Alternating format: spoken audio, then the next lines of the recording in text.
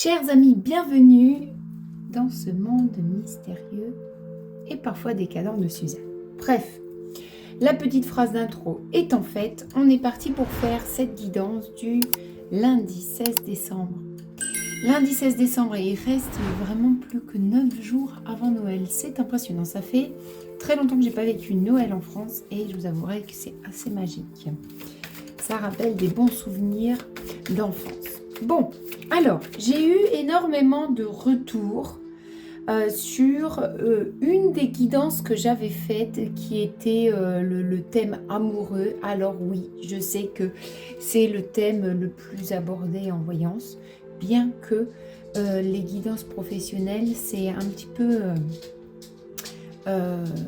mon petit caramel. J'aime beaucoup faire des guidances au niveau professionnel. Bref, néanmoins, aujourd'hui, 16 décembre, on va aller voir un petit peu au niveau du sentimental pour cette semaine et un peu plus, puisque lundi prochain, ce sera un autre thème au niveau de votre guidance. Donc, je vais vous faire deux situations, comme on a l'habitude de faire, deux situations, un petit peu de ressenti, et puis la situation qui vous convient le mieux, vous connaissez la suite, vous allez voir votre message. Ok, j'ai sorti un peu 4 oracles et la plupart sont des donc 3 petits Lenormand avec différentes versions du petit Lenormand. Et puis j'ai sorti un oracle spécial amour et je vais utiliser la première version du petit Lenormand pour vous faire les situations. Ok? Parti. Alors, première situation.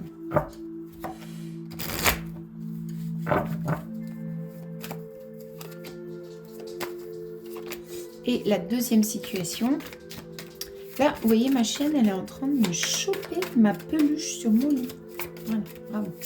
Suzy, touche pas ça. C'est à maman. Non. Non. Bah oui, je sais. Alors, deuxième situation.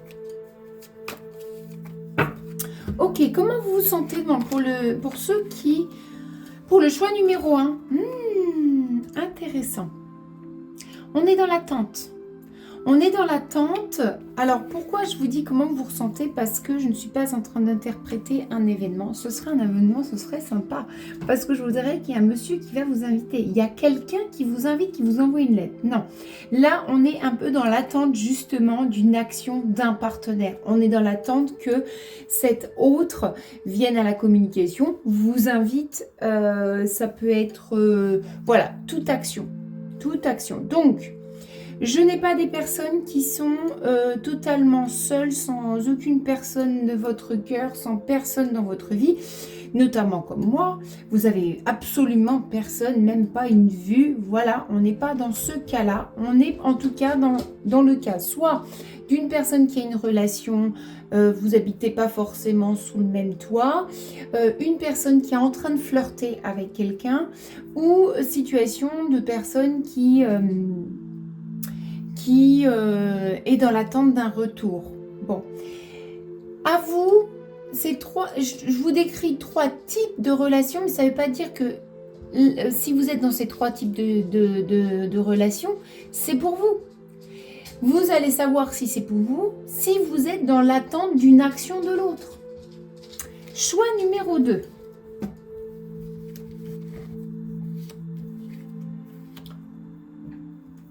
Ça, c'est plutôt intéressant. Hein. Vraiment, c'est dommage que j'interprète pas au niveau des faits. Hein, parce que là, alors, on a l'anneau et on a l'ours.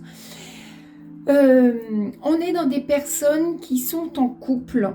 C'est officiel. Il n'y a pas de question si on l'est ou on ne l'est pas. Quel que soit le type de couple, on est en couple. Et on est en couple, il y a une forme de solitude, c'est-à-dire que c'est des couples qui ne sont pas forcément très sociables, qui peuvent se retrouver le soir ensemble avec peut-être les enfants, mais on ne va pas voir du monde tout le temps. C'est aussi un couple qui fait très attention à construire matériellement, à faire son antre. Donc on est vraiment dans une donnée du terrier, vous voyez, de la cave familiale, de l'antre, du foyer très important. On a quelque chose d'assez reculé, solitaire, et puis bon, donc on a une union qui est confirmée. On a bien des personnes qui sont en couple sans aucun doute. C'est parti pour les tableaux. Chers amis du choix numéro 1, on est parti pour faire votre tableau. Je vous rappelle que vous étiez dans l'attente de quelque chose, vous étiez dans l'attente d'une action de l'autre. Je vais continuer, je suis en train de prendre celui-là, mais je vais continuer avec cet oracle, ce premier, le petit Lenormand. Et on va aller voir.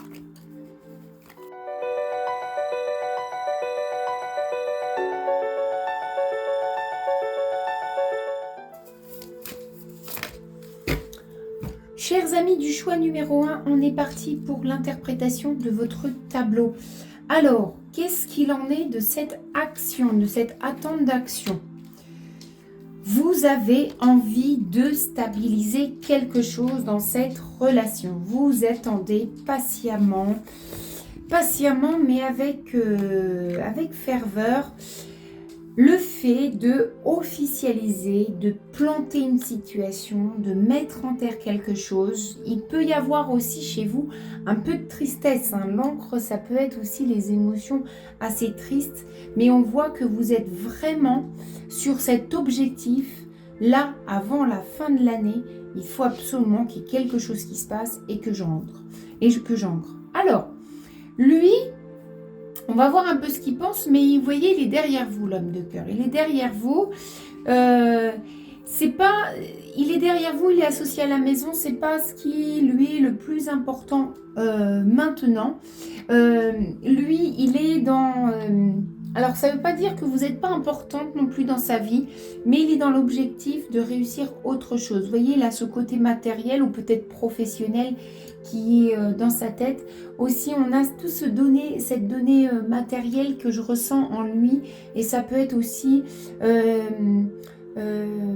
clôturer les comptes, faire les cadeaux. Il y a... Voilà, les objectifs sont autres que le sentimental aujourd'hui. Et vous, ça vous met un peu dans la mélancolie, quoi. Les cartes, elles ne mentent pas, elles sont assez justes. Ça vous met dans la mélancolie, vous attendez vos... Il y a une certaine lenteur qui... Alors la mélancolie, c'est pas la dépression, mais vous voyez un fond de tristesse. Alors ça, c'est exactement ce que je veux dire, un fond de tristesse. On peut faire des choses et tout ça, et à l'intérieur, il y a une petite tristesse. Bon, qu'est-ce qui va en donner de cette relation? Je suis pas sûre que ce soit une relation qui dure très longtemps. Vous voyez, il y a quand même cette cassure qui est annoncée. Est-ce que c'est une rupture définitive ou pas?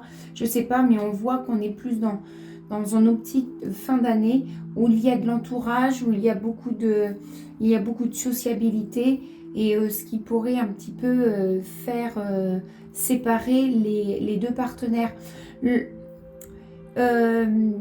En tout cas, lorsque j'ai une rupture je ne veux pas forcément vous donner d'espoir, mais il faut faire attention aux prédictions, que ce soit pour une rupture ou pour une union.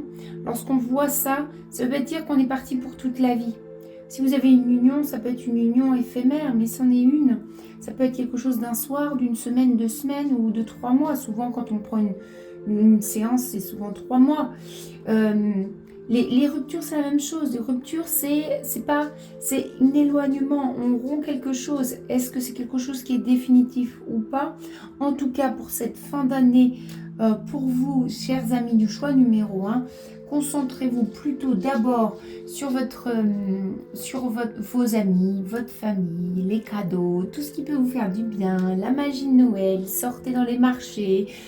Allez sentir les marrons grillés, allez manger du chocolat. Voilà, prenez ces genres de petits plaisirs et vous verrez votre relation sentimentale en début d'année pour voir ce qu'il en devient. Voilà, je vous embrasse très fort. Je vous dis à lundi pour votre guidance de la semaine. Des bisous. Chers amis du choix numéro 2, c'est à vous. Je vous rappelle un petit peu la situation. On a des personnes qui sont ancrées, qui ont un objectif assez matériel, vraiment sécuriser le foyer, le nid, l'antre, la cave familiale. On a un peu ce genre d'objectif, on est un peu reclus.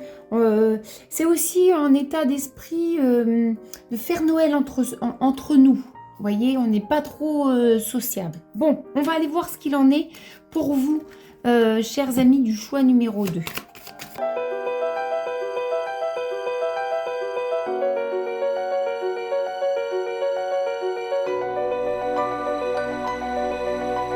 Alors, chers amis du choix numéro 2, on est parti. Je retourne votre tableau. Et alors, au niveau sentimental, il y aurait bien un petit... il y aurait bien un petit changement de route. Alors, un petit changement de route, on n'est pas sur un très très gros changement du tout au tout. On a quand même le choix. Ce qui est intéressant dans ce jeu de cartes, c'est que c'est pas une injonction. C'est un choix. On a le choix un petit peu de... soit d'agrandir la famille. Parce que j'ai une histoire de troisième personne.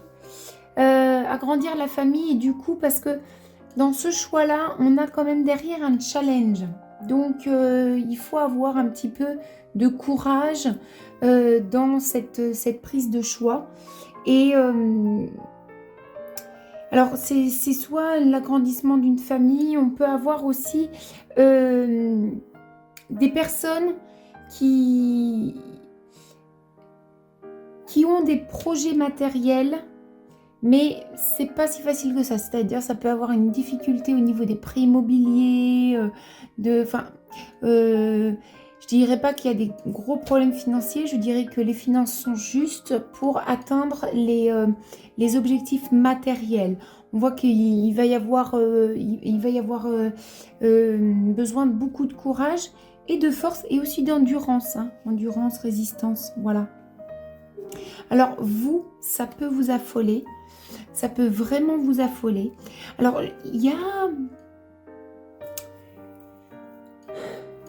ça peut vous affoler et puis on voit quand même qu'il y a peut-être quelque chose par rapport à votre compagnon qui aurait fait un acte peut-être qui n'irait pas dans les sens du couple, que ce soit au niveau matériel, mais je vous donnerai une autre interprétation après.